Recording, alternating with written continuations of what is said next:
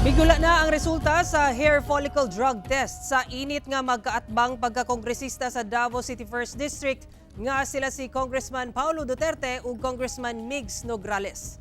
Ang detalye sa live report ni John D. Esteban. John D. Sara, negatibo ang resulta sa hair follicle drug test nila PBA Partylist Representative Atty Migs Nograles ug ni Davao City 1st District Representative Paolo Duterte. Atong sayron.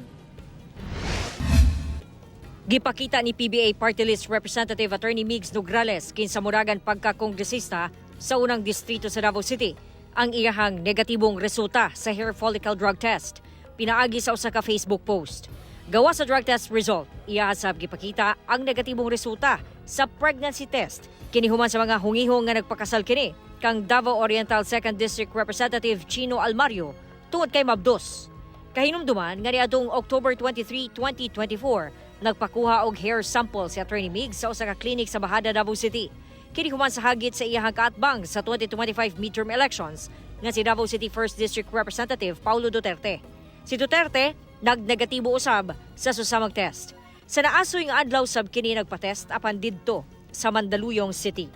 Daan ng gihagit ni Congressman Pulong ang mga kandidato sa pagkakongresista nga mopailawom sa hair follicle drug test aron mahatagan og kumpiyansa katawhan. Sa maong test, madetect niini ang illegal drug substance sa lawas sa tao sa nakalabay 3 ka bulan sukad sa adlaw sa test.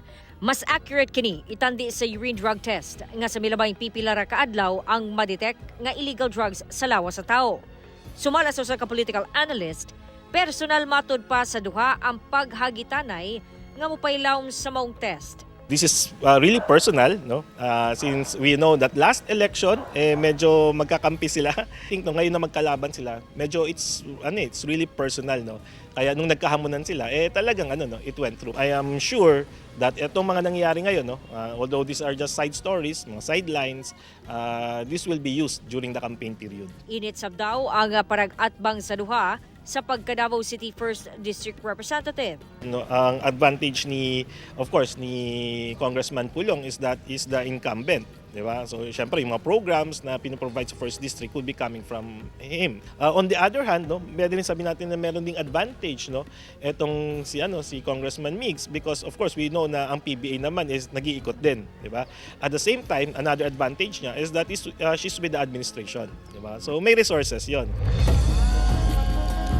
Sara, dugang ni Beleno, depende na lang sa campaign strategy kung kinsa ang mulamang sa duha. Sara.